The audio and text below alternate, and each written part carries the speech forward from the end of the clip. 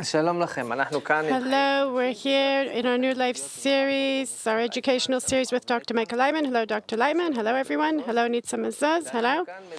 And here we're speaking recently about communications, and today in the framework of these talks, we're reaching a very special subject, an important subject about all of our lives. It touches all of our lives. Israel in the world communications. We know it's a very complicated subject.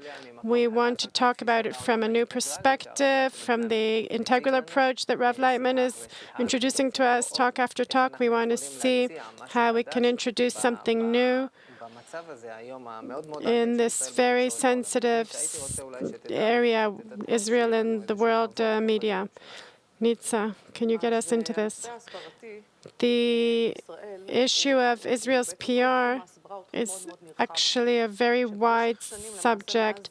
For years, since the beginning of the country, there's been a very clear line, a very clear strategy justifying itself, trying to justify Israel's existence as a country, and trying to actually recruit the religions of the world in our favor, trying to explain what the contribution is from science, our contribution technologically to the world, trying to show each time there's an emergency, a state of emergency, Israel's the first, and it's really like that. Israel's the first one to help.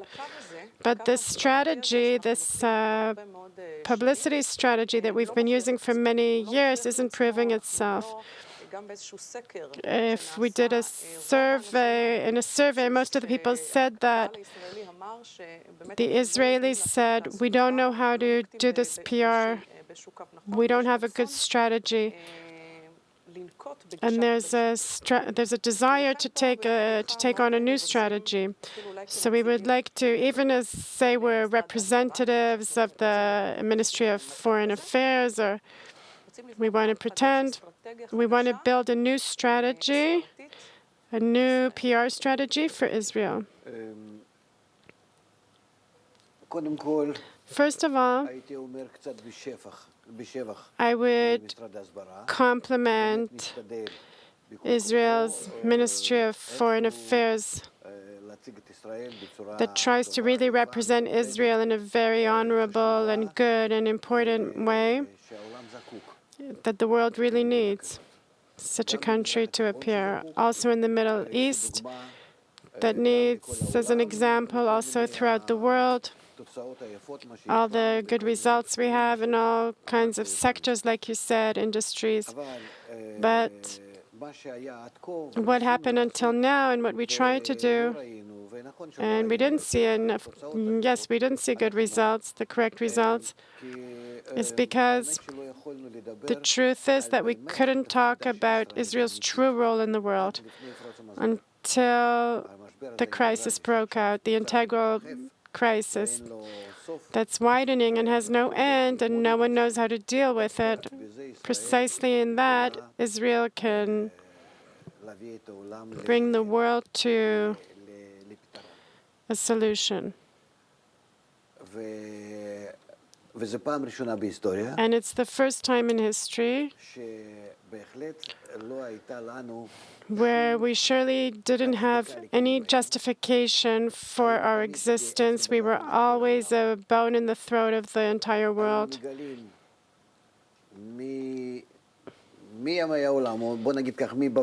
Since the time of Babylon, or at least the destruction of the temple, the last temple, and the introduction of religions, we only discovered hatred, and real hatred, from the side of religions and from people, even people who aren't religious, people that even were not in various religions, say Indians, not Christians, and all kinds of Chinese, Japanese, and more, and others. They don't belong to Islam or Christianity. We're also discovering in them some kind of attitude where they're like, they don't feel good about Israel. It's not a religious thing. But the issue is, who didn't deal with it throughout history?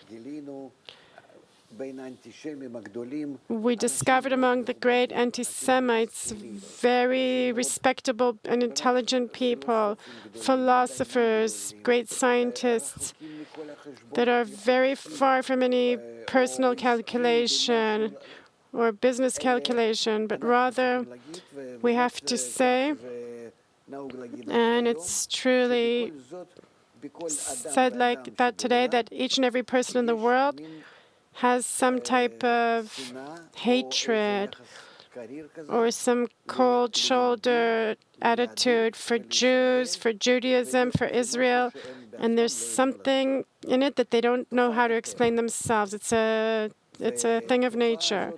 And this phenomena doesn't pass with time. It doesn't depend on how smart someone is, and if he doesn't have prejudice or religion, but it's in people's genes, and that's it. He feels that this creature called Jew, there's something foreign about it, something special about it. And this cools him off. It pushes him. It distances him from Jews. And there's an inner phenomena where, with the regular rational explanation, you can't get any answer. But it exists, and we're dealing with it, and not successfully because we don't know the root of the issue. The root of the issue is in Babylon. A group of Babylon people, they had a different ideology. And that comes from the internalness of a person, that these people felt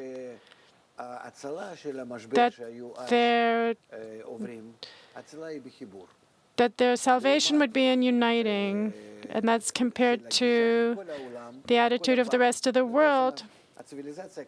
That small civilization, about 3 million people in Babylon, which later on spread out to the whole world, was divided by a crisis, what we call the Tower of Babylon. It divided into two. On the one hand, they went in the direction of Abraham, who said we have to unite to get through the crisis. The crisis is the eruption of the ego in a human, that distances between them, that they begin to hate each other and argue. Until then, they were as one nation, and they lived nicely together, as it is written. There was one nation, and suddenly the ego erupted, and they didn't know what to do. A small part, a few thousand, went after Abraham, and the larger amount went after Nimrod, who was a leader there. Abraham was an ideologist, the great one, the priest in Babylon, and therefore he could publicize his opinion and attract people after him. And in an ideological manner, people felt that he was right, and they went after him, and they created a commune, a group, which later became a nation, but it's not a nation. It was always a group of people, an ideological group of people. Their ideology was unity. Love thy neighbor as thyself. All of Israel are friends. That the unity, they were always connected together, and their conflict among them was how to unite more, connect more, and all their laws were how to be more connected. How much I have to do this, and how much, and this, and yes, and no. And all the things that can happen inside our writings, the Bible, all the different parts of the Bible, actually speak about how to connect in the correct manner, how humans need to connect in the right manner in this world, in a manner that we will be able to exist and be an organic part, an integral part of nature. That was the one approach, and on the other hand, there was the other capitalistic approach of Nimrod. Let everyone live how they want to live. Of course, there's laws there also, so they won't kill each other, but the laws are egoistic. We will let our ego manage our lives under certain conditions so we don't eat each other up. And Abraham said, no, we need to overcome our ego, and instead of our ego, we need to try to manage ourselves in friendship and mutual responsibility, love, etc. That's actually the clear division. You can talk about it a lot, but that's enough for now. For our purpose to understand what the whole world is and what Israel is originally. And since then, the whole world developed in Nimrod's method, and the other group developed in Abraham's method. And then throughout time, this group and that group went through, overcame the ego, because our ego is growing all the time, from generation to generation, and we're changing all the time. Those that went with Nimrod, then with their ego, they built nice cities and artillery. They acquired countries and they spread out throughout the world. And this group was always only concerned with one thing, the other group. We're living to be as one man with one heart, and in that we want to match ourselves to the integral nature, to nature that is integral. And that's how they lived until the ego erupted in a very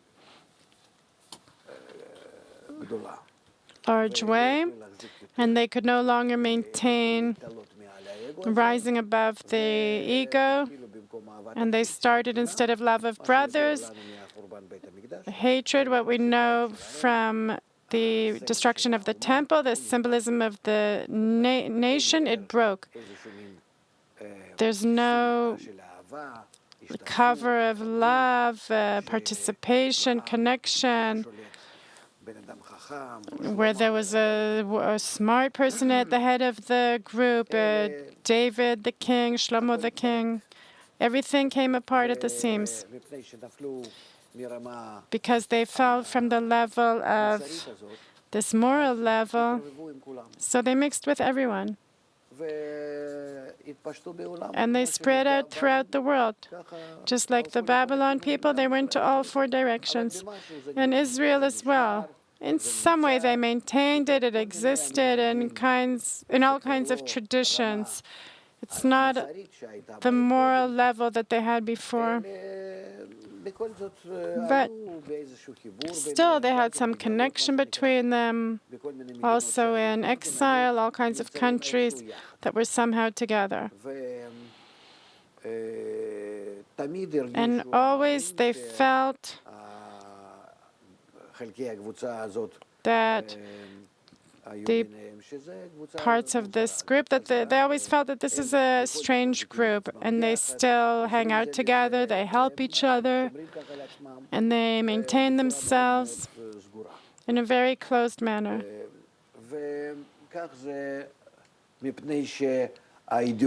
And this is because their basic ideology in these two groups is completely two opposite extremes in relation to life and participation, connection, etc.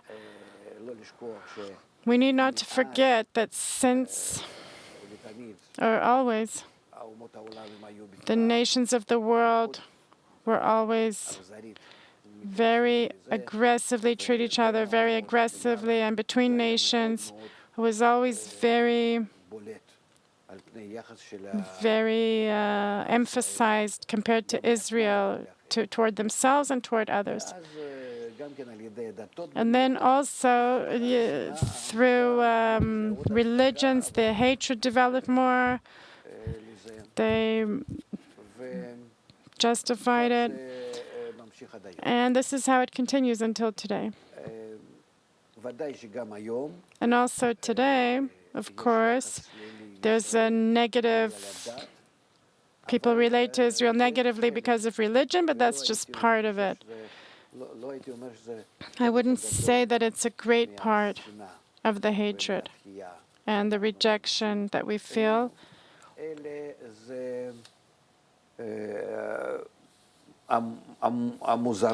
But rather this strangeness, this specialness, this uniqueness that people feel inside of us, they don't understand it.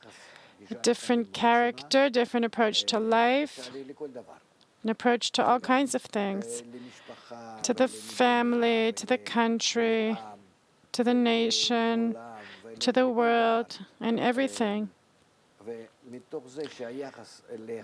From the relation to life being integral in Israel, and it was always that way, because the entire world saw that they are one thing, and that they always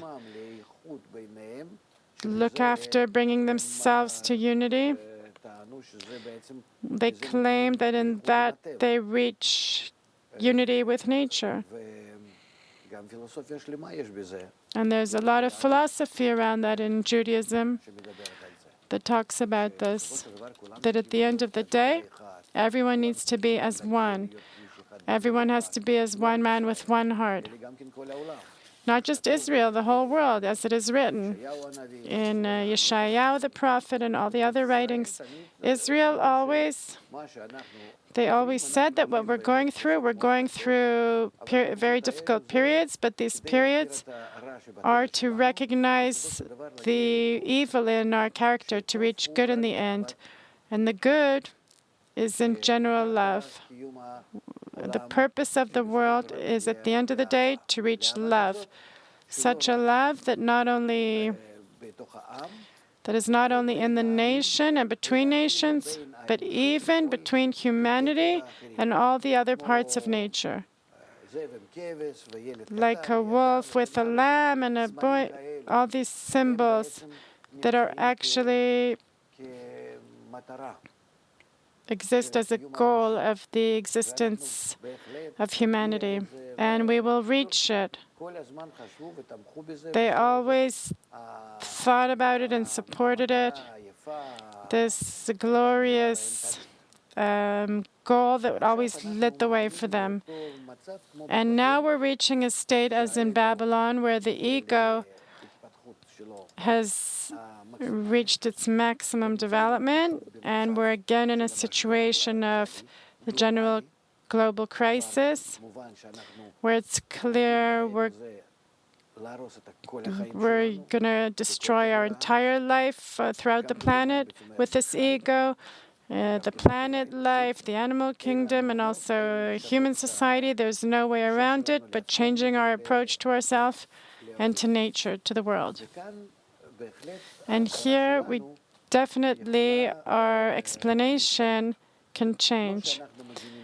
Not that we're protecting ourselves, like Israel's PR has done up till now, justifying ourselves, but we actually have to explain to them who we are in general and why we're hated.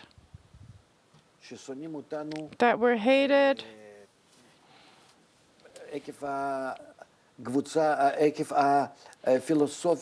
because of our philosophy, our integral global philosophy.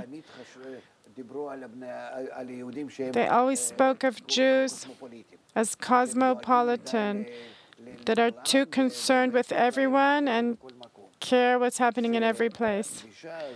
That this approach can now definitely show the world how it's correct to advance and get out of the crisis. And therefore, we need to get up and start explaining this to the nations of the world. That on the one hand, we understand them and their hatred to us. And it's not that we're justifying or not justifying, but the phenomenon of nature, we can't, it's a phenomenon. It's there. And this phenomenon only has to explain to us now what the reason is, the genuine reason is. And then, when we understand the reason, we'll be able to use what's happening. This integral approach, what was always only belonging to Israel, today it has to truly help the entire world to get out of the crisis, to bring us to the next stage of our development. Therefore, we don't need to explain to the entire world that we're good, that we're effective, that it's worth it to be with us and not to destroy us as a country and as a people, but rather that it's impossible to exist without us. That same method that exists in the nation of Israel, which they themselves don't know so well, the Jews, because they got so far away from it. Their approach to life, their inner ideology, the moral level that they had, they fell from that a long time ago. And the truth is that anti-Semites, they were actually saying that Israel must go back to that level that they had before their destruction. There's a lot of writings about that.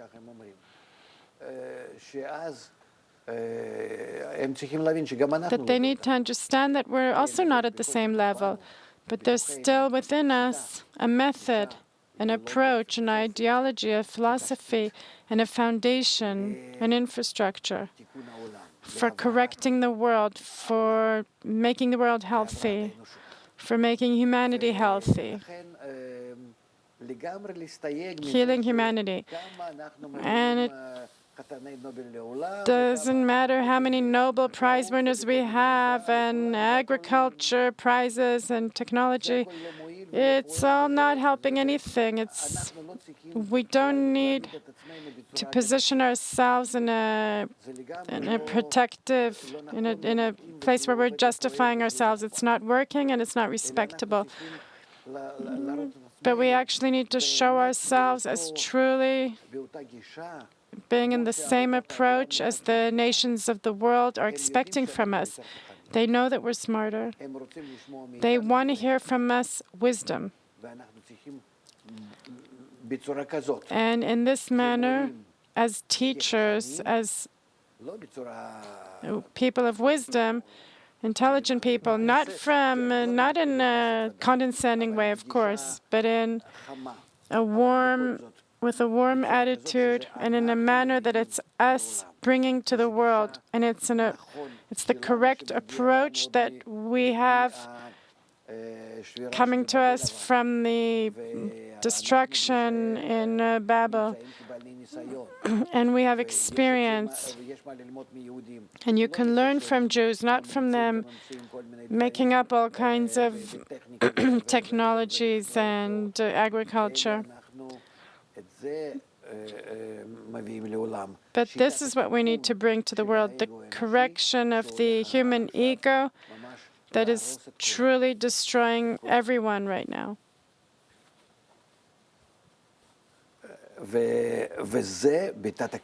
And unconsciously, this is what they want to hear from us, subconsciously. And the moment that we begin speaking in this manner, we will feel how much they themselves will feel. This is what we've been waiting for you, to hear from you. If we're talking about what I do, and I have lots of students in the world, I can show how much there is not a nation that does not have students of mine, that they accept it, they want it, they're willing to go with this task, with this mission, and they understand that the good future of the world depends on it. And in this, truly, there's no difference between people, what nation they belong to, what age, gender, nothing. Because the approach speaks about the unification of the entire world in an equal manner. Therefore, that's our explanation that we need to give to the nations of the world. And our explanation also has to be the same for the nation of Israel. It has to be mutual. It has to be one pipe. Like we talk to the nations of the world, just a pipe in the other direction, we need to talk to the nation of Israel and explain their role in the world.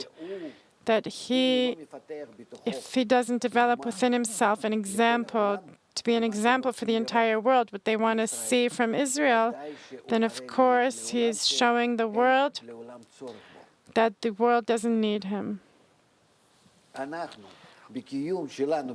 We, in our existence in Israel, are showing the entire world that it's not the same Israel that they expect on the inside.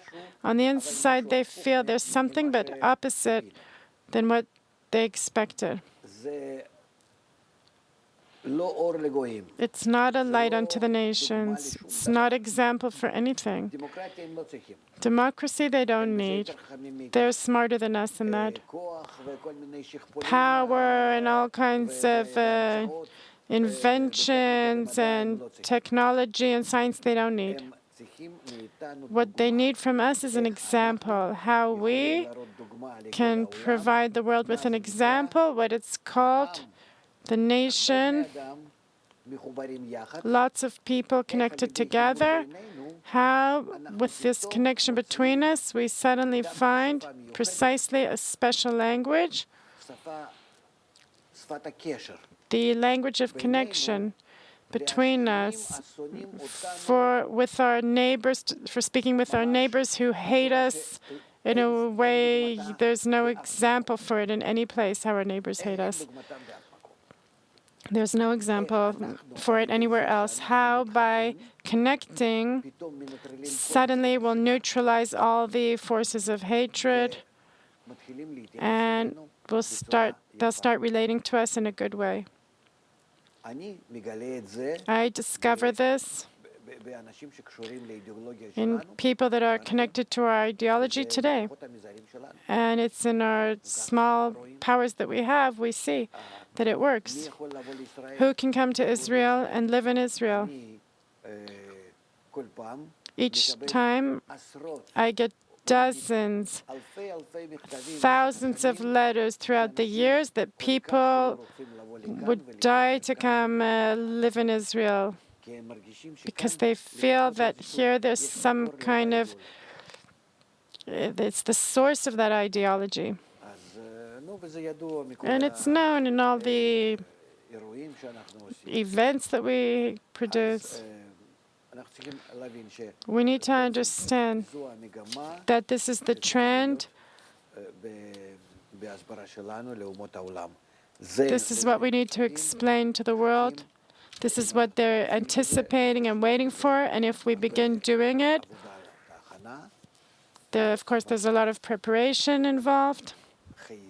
But we must change our approach because precisely this is what they want. And not only them, but the entire world has reached a state where only in this way they can be saved. Not by cleaning ourselves from guilt or just getting rid of the negative way people relate to us, anti-Semitism, but we are causing the correction of the world.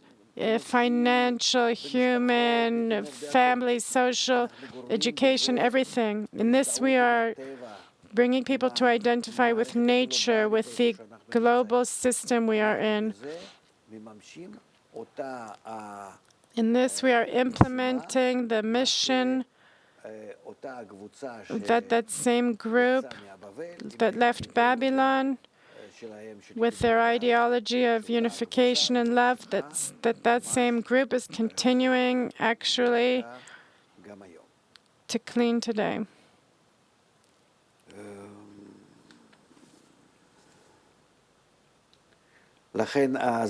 So our explanation has to be two-sided, to the nations of the world and to Israel. And to Israel, we need to explain it and work on them. If to the nations of the world, the explanation has to be gradual and tips by tips, but to Israel, we need to give them their true ideology, their true philosophy. Like Bala Sulam wrote in the last generation, that we have the entire foundation for this, and we have to begin building the nation and the country according to the laws of collaboration, unity, and love.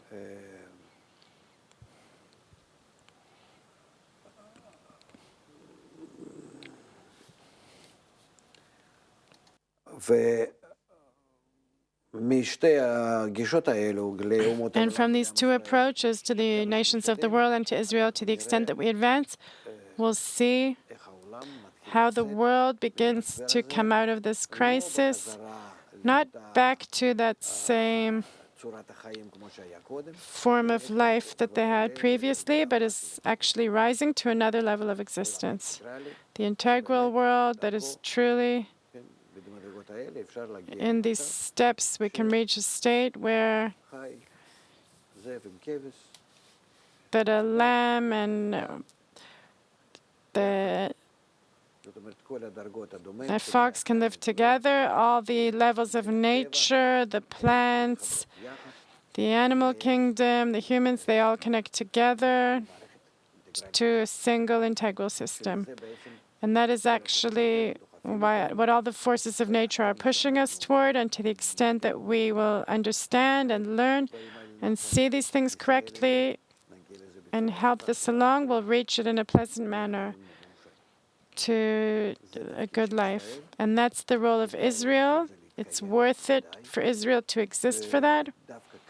Precisely here, as the nation of Israel, in the land of Israel, and any person, whoever supports this, can join.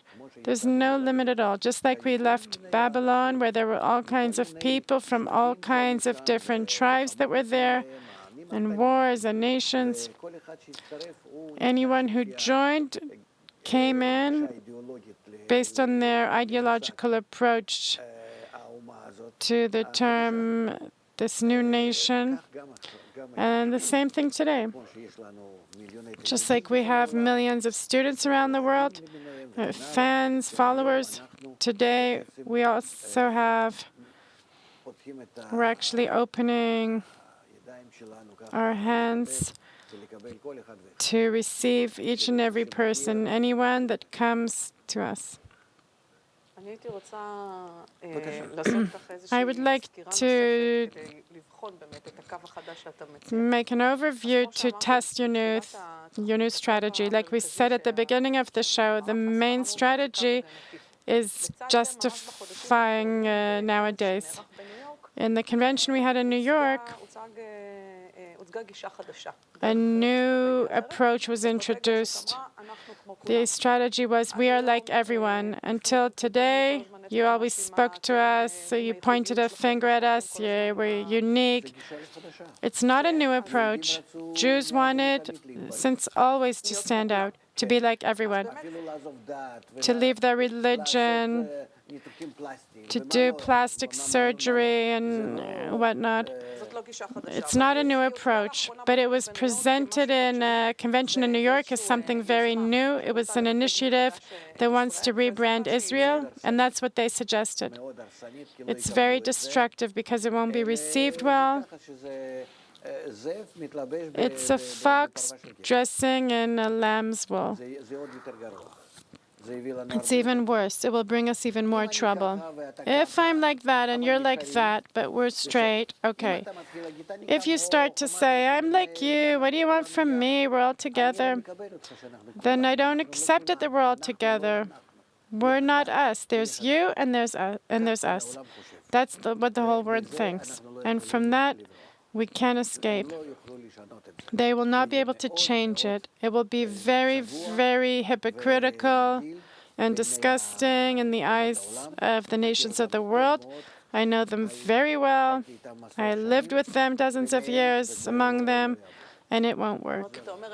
You're saying this strategy of trying to hide behind things and show that we're like everyone is the incorrect strategy.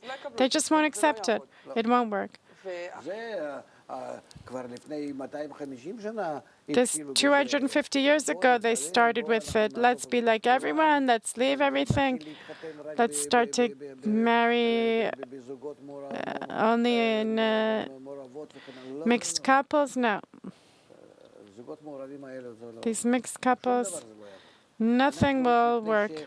Because we need to understand that here we're in nature, which advances us according to its plan in a special direction. We're not just in the air.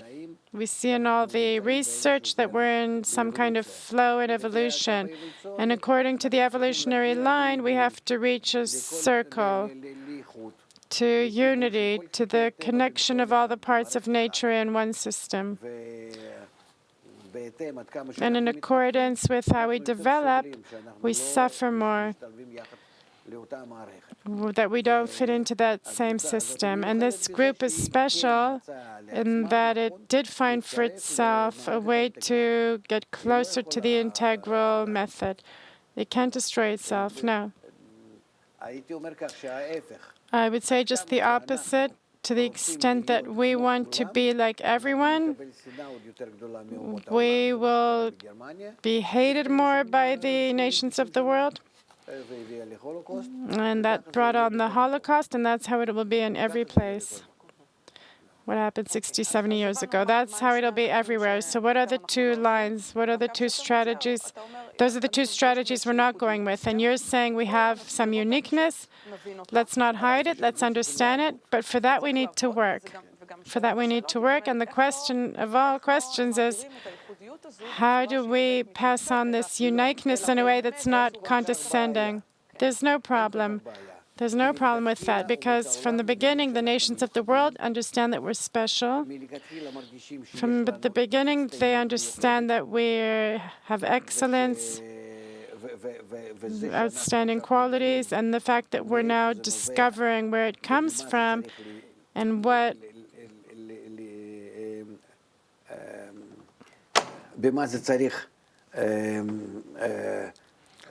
realization. And how it needs to be realized, then they'll get it. I tried it many times in all kinds of places. It was interesting to me to see how they'd receive it between the Catholics and Protestants, between free people, in anti-Semite groups, all kinds of unusual places, not Jews. The Jews received me the worst. That's what I can say. And in every place. It can be Argentina, Chile, Mexico, United States. It could be in Europe and Israel, of course. But actually, the nations of the world that I explained to them, they understand that I'm touching an inner point of their negative way they relate to Israel, and they feel that with that, they can identify. So give us the method of correction. We feel that you're causing bad to the world. We feel that you're the reason for all the bad in the world. That's what they feel, and that's what they say.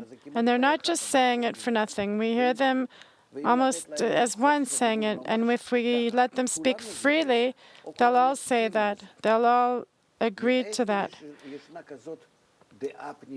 Where do we have this inner opinion from?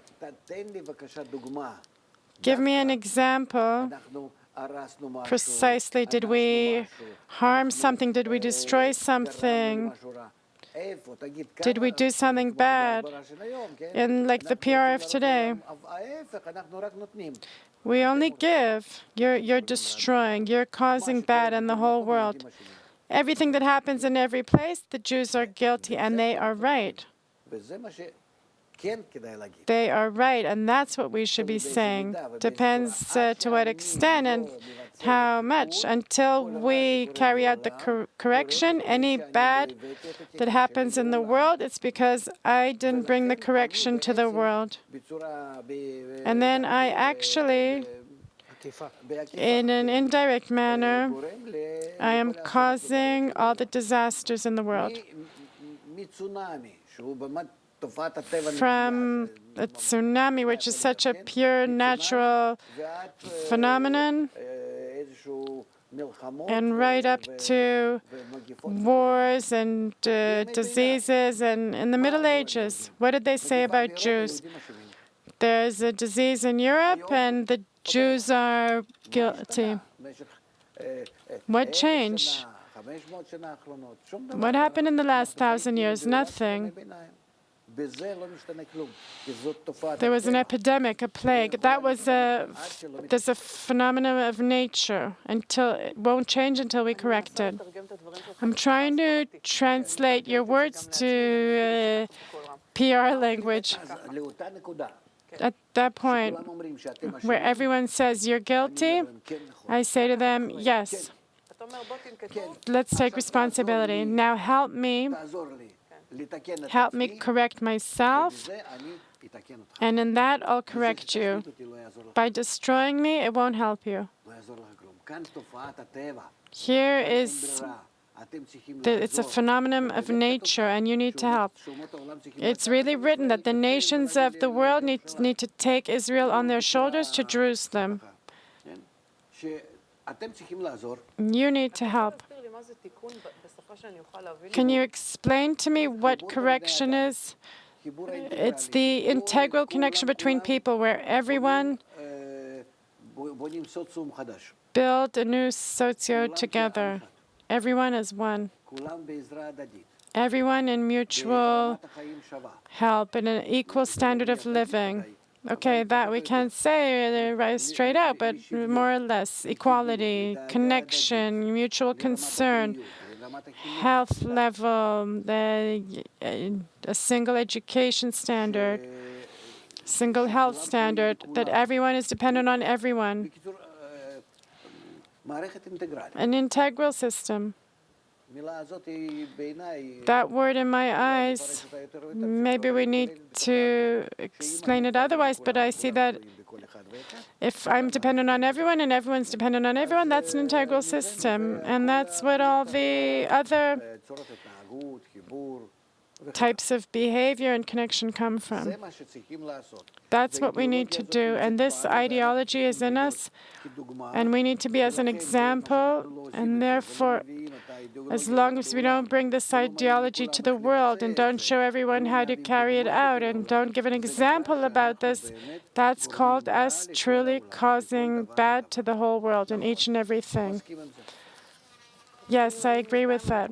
I identify with that point of personal example, because one of the things that I identify with, and I heard other people, if today they're talking about it straight, if we talked about it straight and they implemented it in a serious way in Israel, we would immediately feel how the world relates to us differently. Finally, the Jews are doing something that they have to do. They would feel that we are truly dealing with what we're supposed to be dealing with. And that minority of people, those few million people of Jews in the world, suddenly the whole world would start to relate to them in another manner. But the phenomenon is rare. There's no such thing in the world. We need to see it in the true proportions.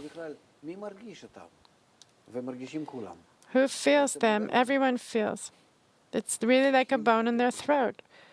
We need to give an example, and we need to talk about it outright.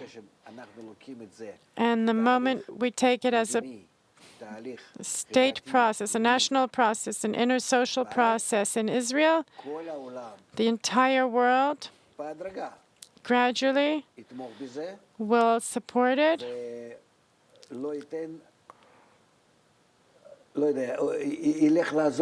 and will help us with everything. And no Ahmadinejad or our neighbors, no one will get up and say anything, because gradually, the whole world will see that we are dealing with. They'll feel on the inside. They'll suddenly feel, they won't feel a solution from the financial or educational level, or correcting the family issues or people's depression, or all kinds of things. That they can't feel.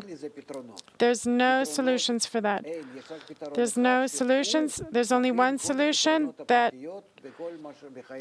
includes all the other solutions. And then suddenly they'll feel that through that, they can solve all the problems. I don't get it. That if we present the world with an example of the integral society, not the country, nation, country, we're not used to. We need to bring an example of an integral society, Israel. Yes, if we're attracted to it, they will all support it and will feel that with this approach that they will get from us and they'll want it from us. They're prepared. They're dying inside to get from us some inner filling.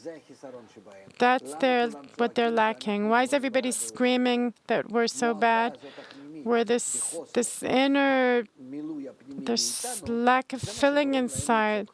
This is what's causing them to scream. They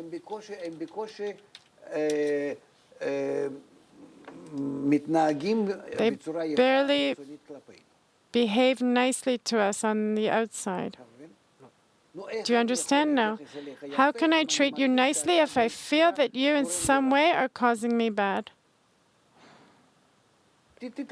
Imagine you're a non-Jewish person. I feel that you're causing bad to the whole world. And you come to me and say, no, we're friends. I want to be your friend. I treat you like I'm a gentleman, but inside I feel like there's something from your side that you're doing something bad. It's a feeling. You can't erase it. It's thousands of years it's going on because it's from nature. You want to delete it? First recognize it. Agree with it. And he really felt like that. And then begin changing. Tell him you're going to change it, that now you understand as well that you never understood anti-Semitism. You wanted to erase it, but you can't erase it.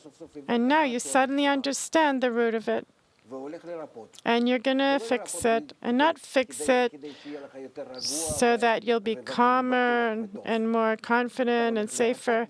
You're going to fix it because you're concerned with the whole world. You're not going to go make sure you win at something to take advantage of their dependency on you so that you'll come out of the crisis as a result. You're going to build the future society, this integral society, in order to help the entire world and to truly help. And for the first time in life, in history, this long history, they will understand that you're going to help. And that your help is in that, not that you invented all kinds of things, that's not help.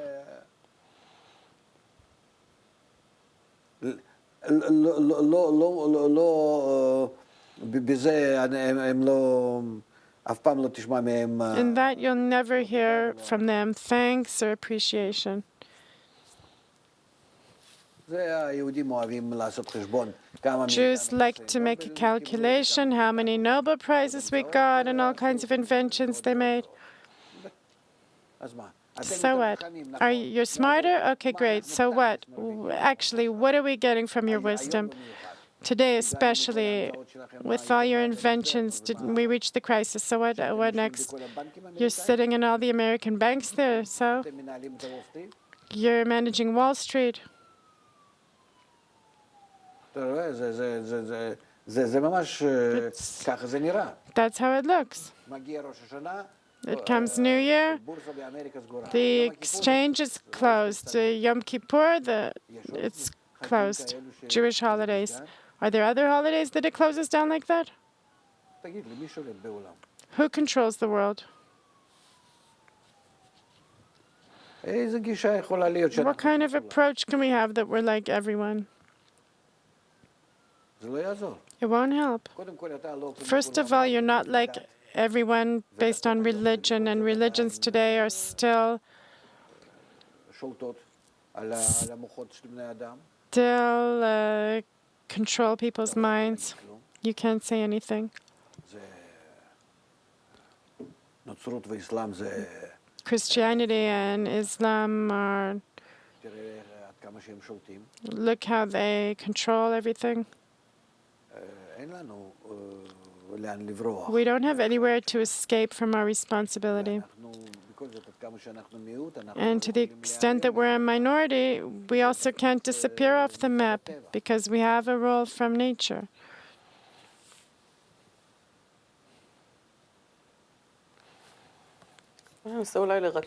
Let's try to summarize a few things that you said to see what the new strategy is. So I wrote to myself, first of all, recognize your uniqueness. Yes. Yes, we're special. Stop hiding. Everything that the nations of the world say about us, I agree. They are completely right. They're talking from the side of nature. He's talking from his internal place. That's how I feel. That's it. What are you going to do? I feel like that. You're my friend, you might be, and we know each other for dozens of years, but you and I, we're not the same thing. That's it. Something is different. And that difference is internal, and it can't be skipped over.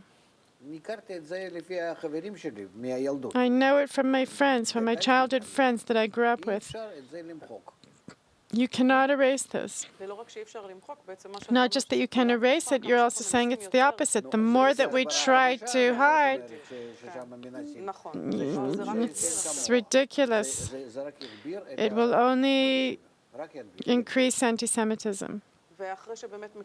And after they recognize the fact, and the only problem is that we don't understand our uniqueness and don't realize it and don't express it, in the next stage we need to take responsibility to identify it, to recognize it, and then provide an example. And here, when it comes to the point of the example, I want to develop this. Because really, one of the things that I really identify with, I myself say, us Jews, we like to talk a lot. We explain, we justify all kinds of explanations. But at the end of the day, instead of talking, do something. Your doing is worth a lot more. And I'd like to develop this issue. After we went through this idea, after we established that we're special, we're unique, I'm willing to take responsibility, and I want to start doing something. Here I want to start building on this strategy, some plan of action. First of all, the PR in through all kinds of channels, gradual, widespread, to everyone, to the nations of the world one kind, and to Israel another kind. Even though the differences aren't so great, just the direction. The nations of the world need to understand the plan and how to carry it out. And Israelis need to know what the plan is and how to carry it out. The implementation in the nations of the world and Israel is actually the same, just Israel must carry it out quickly and as an example to everyone, to be a light unto the nations. And the nations of the world, they must operate it between them and mutual guarantee.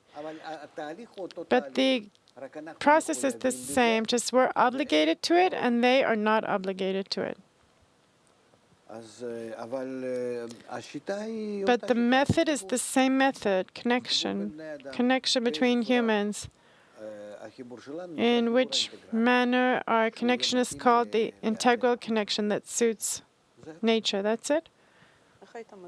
How would you explain integral unity in a manner that I could pass on to the media? It's a new term.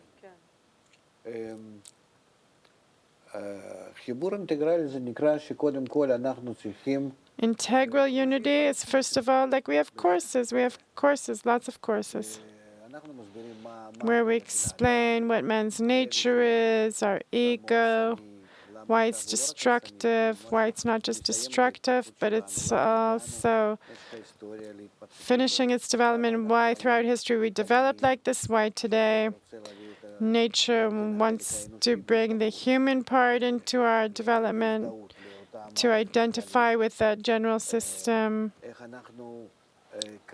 how here, with our participation precisely, we need to reach this integral system, and not that we'll reach it through the forces of nature, and then we'll advance in a very hard and long way through sufferings. We need to explain all these things. First of all, it's a matter of explaining. And then we have to bring all kinds of examples and games and workshops that demonstrate to a person in a very real way that connection is not some theoretical thing, but actually gives him security, health. There's lots of research about this. Contentment, national security, financial security, internal security. You get rid of all your frustrations, depression, serenity. We need to show him what we have to lose and what we have to gain by advancing in this manner. And we need to begin, along with that, practical steps, which have to be by PR, workshops, roundtable discussions, and this is how we'll really get everyone into this like open university, where everyone will be obligated to go through these courses, and these courses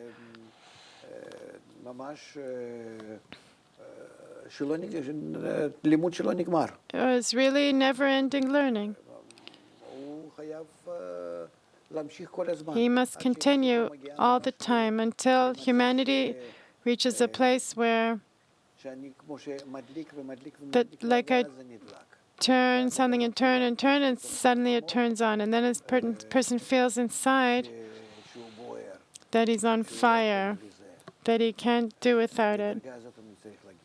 That's the stage he needs to reach, that he needs to understand that it will give him energy and health and positiveness and serenity, and to the extent that that he'll profit more from connection than from separation.